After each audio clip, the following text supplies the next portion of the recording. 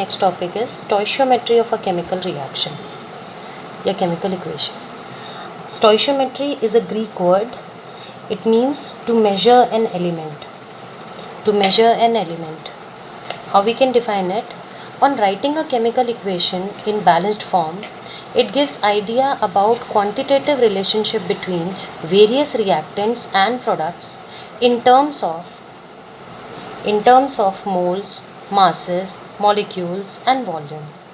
मतलब जब हम किसी केमिकल रिएक्शन को लिखते हैं तो that chemical reaction gives you idea in different terms like in terms of moles, masses, molecules and volume. Such information which is given by you is called stoichiometry of the reaction. And whatever you write, like you write 2a plus b gives 3c, तो आप यहाँ जो value लिखते हो just before the reactants and products, ये values जो होती हैं, जैसे यहाँ पे this is 1, these values are called stoichiometric coefficients.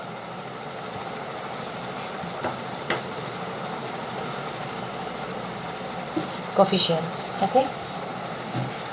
So let's understand this using a chemical reaction. Calcium carbonate plus HCl gives calcium chloride plus water and carbon dioxide. ठीक है, अब ये मैंने ऑलरेडी बैलेंस लिखा हुआ है. अब इसको देख के आप मोल्स के टर्म्स में क्या बोल सकते हो कि इसका एक मोल is combining with 2 moles of HCl, giving 1 mole of calcium chloride, 1 mole of water and 1 mole of carbon dioxide. Right. In terms of mass, you can write calcium carbonate का mass है 100 gram of calcium carbonate combines with 2 into 36.5, that is 73 gram of 73 होगा ना, ठीक है, 73 gram of HCl gives 111 gram of calcium chloride, 18 gram of water and 44 gram of carbon dioxide. Although carbon dioxide is a gas और इसका एक मोल बन रहा है, तो एक मोल का मतलब होगा 22.4 लीटर्स एट STT. तो मतलब आप इसको इस फॉर्म में भी समझा सकते हो. राइट. तो using this chemical equation which is in the balance form, आप इक्वेशन को क्या क्या कैसे कैसे you can pronounce it, like you can pronounce it in the terms of moles, you can pronounce it in the terms of mass, you can pronounce it in the terms of volume also. This is volume, right?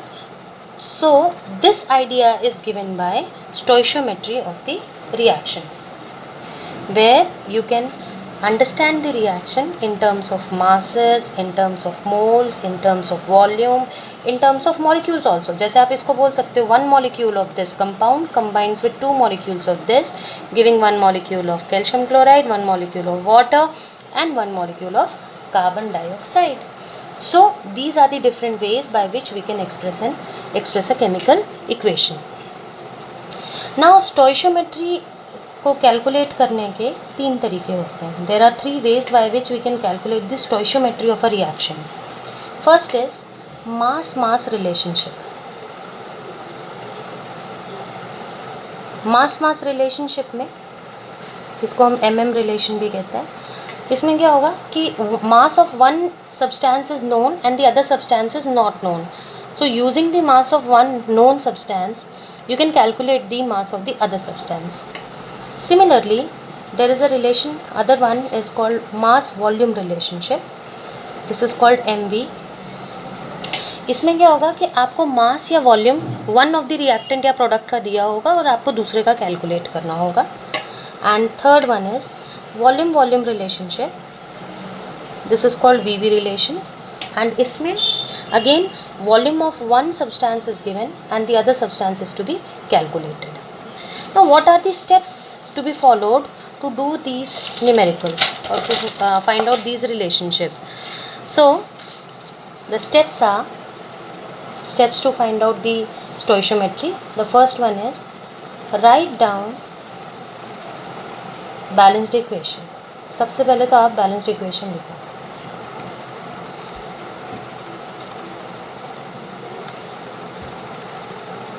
Second step is write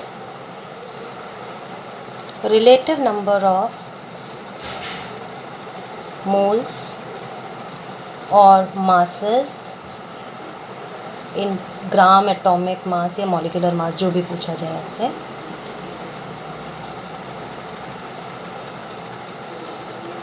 of reactants and products. Step number 3, if any gaseous substance is there, if any gas is there, write 22.4 liter at STP equals to 1 mole. Fourth, apply unitary method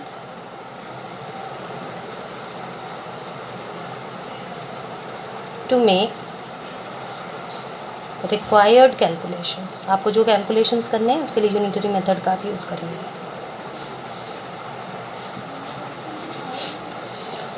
सबसे पहले let us try a question of mass relation.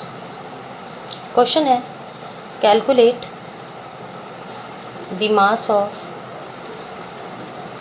iron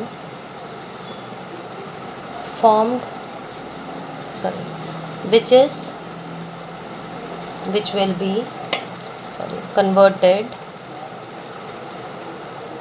into its oxide Fe3O4 by the action of 18 gram of water,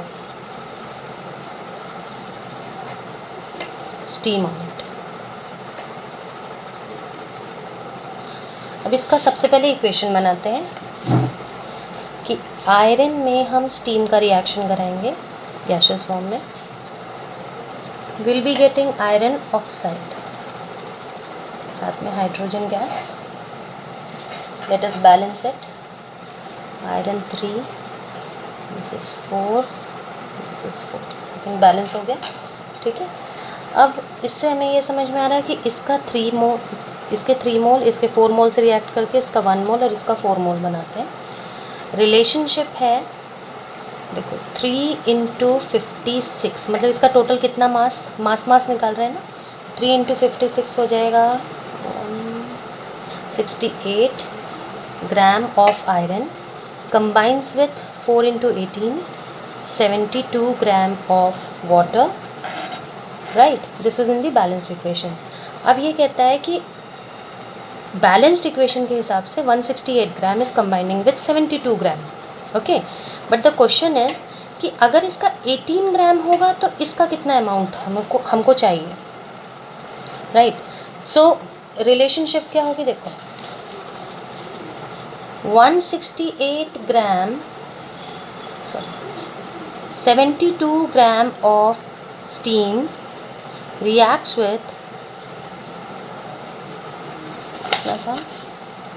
168 gram of iron. ठीक है, तो 1 gram of water will react with 168 upon 72 gram of iron. According to question 18 gram पूछ रहा है. 18 gram of water will react with 168 upon 72 into 18, that is 42 gram of iron. ऐसे निकालना है. ठीक है. इसके बाद let's do one question for mass volume relation. Question है, what volume of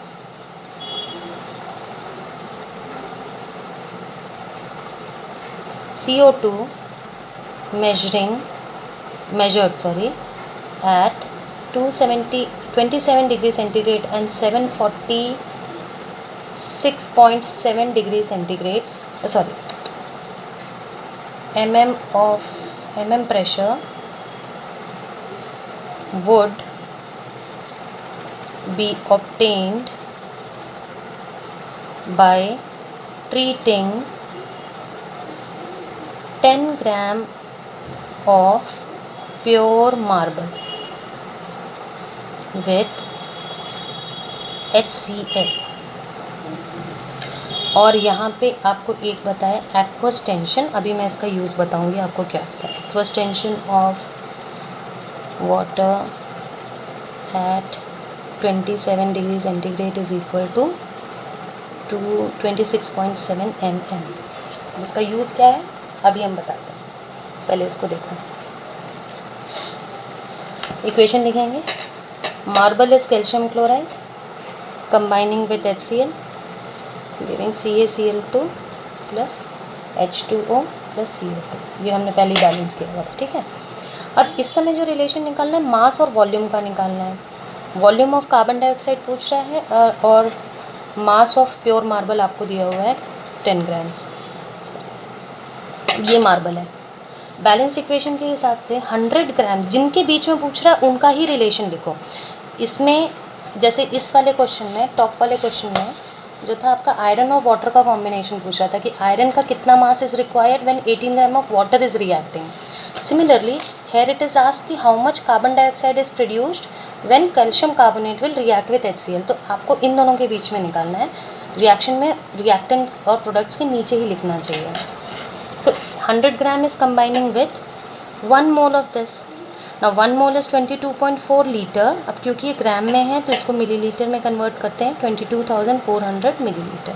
100 gram is combining with this, so 10 gram will be combining with 22,400 divided by 100 into 10, 2240 millilitre, ठीक है। ये तो जो वैल्यू मिली है बेटा ये हम बोलते हैं STP पे, दिस इज़ STP, राइट। ध्यान दो, whereas it is asked at a different temperature and pressure. STP पे क्या होता है, यहाँ तक क्लियर होगा। रिमेंबर वन थिंग, STP पे स्टैंडर्ड टेम्परेचर इज 273 केल्विन, ठीक है, and pressure is 760 mm of Hg। और जो एक आपको गिवन कंडीशन दी हुई है, गिवन कंडीशन में बोल रहा है टेम्परेचर 27 डिग्री सेंटीग्रेड और प्रेशर कह रहा है 746.7 mm। अब एक्वस टेंशन एक वर्ड दिया हुआ है यहाँ पे। एक्वस टेंशन क्या होता है कि जब आपको you have to calculate it for some other pressure, तो आप एक्वस टेंशन को इस प्रेशर से माइनस करके आपको ड्राई गैस का प्रेशर मिलता है।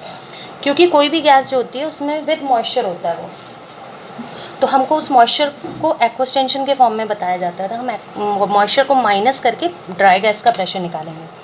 सो इसमें हम क्या करेंगे, 746.7 से माइनस करेंगे aqueous tension which is given 26.7,